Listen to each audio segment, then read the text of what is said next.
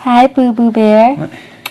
Ron had given him a book called Flying with the Cannons, a book of interesting facts about his favorite Quidditch team. And Hermione had brought him a luxury eagle feather quill. Harry opened the last present to find a new hand-knitted sweater from Mrs. Weasley and a large plum cake. He read her card with a fresh surge of guilt, thinking about Mr. Weasley's car, which hadn't been seen since its crash with the Whomping Willow.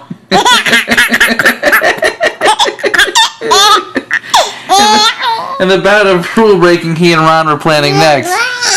No one, not even someone dreading taking Polyjuice Potion later, could fail to enjoy Christmas dinner at Hogwarts.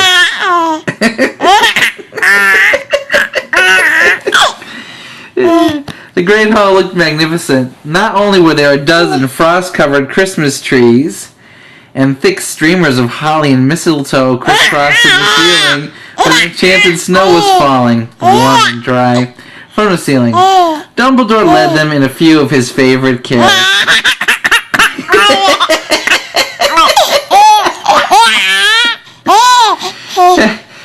Hagrid booming more and more loudly with every goblet of eggnog he consumed.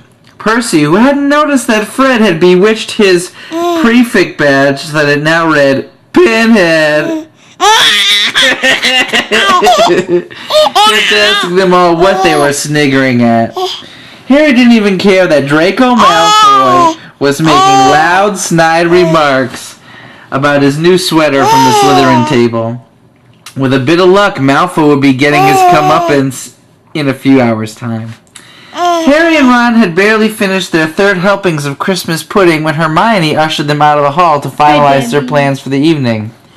We still need a bit of the people you're changing into, said Hermione matter-of-factly, as though they were sending them to the supermarket for laundry detergent.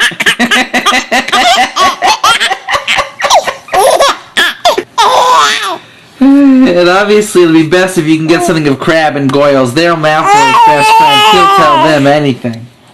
And we also need to make sure the real Crabbe and Goyle can't burst in on us while we're interrogating him. I've got it all worked out, she went on smoothly, ignoring Harry and Ron's stupefied faces. She held up 2 plump chocolate cakes. I filled these with a simple sleeping draft. All you have to do is make sure Crabbe and Goyle find them. You know how greedy they are. They're bound to eat them. Once they're asleep, pull out a few of their hairs and hide them in the broom closet. It's so funny. Harry and Ron looked incredulously at each other. Hermione, I don't think this could go seriously wrong. But Hermione had a steely glint in her eyes.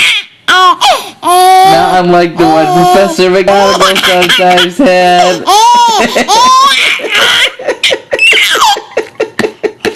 You like that?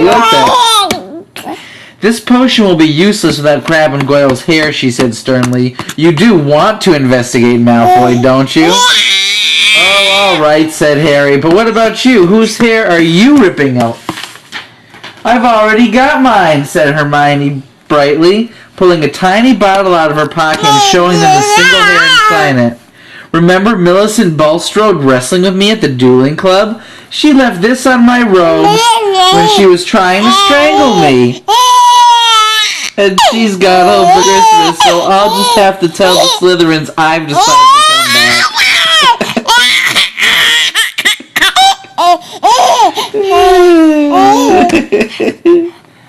Who's laughing? Who's the When baby? Hermione bustled off to check on the Polyjuice Potion again, Ron turned to Harry with a doom-laden expression.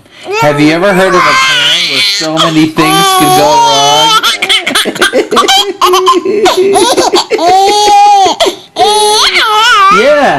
Yeah, but oh, there you go. He's like, well, I knew the amount of time. He's like, I'm gonna grab that.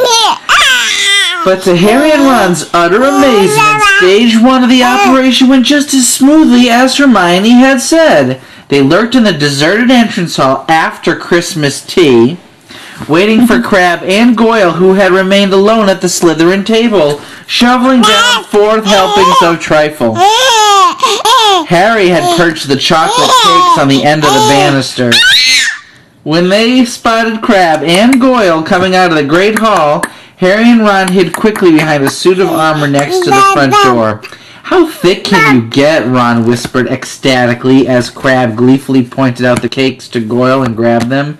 Grinning stupidly, they stuffed the cakes whole into their large mouths. For a moment, both of them chewed greedily, looks of triumph on their faces.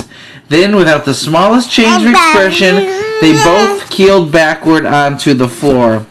By far the hardest part was hiding them in the closet across the hall. Once they were safely stowed amongst the buckets and mops, Harry yanked out a couple of the bristles that covered Goyle's forehead, and Ron pulled out several of Crabbe's hairs. They also stole their shoes because their own were far too small for Crabbe and Goyle-sized feet. Then, still stunned at what they had just done, they sprinted up to Moaning Myrtle's bathroom.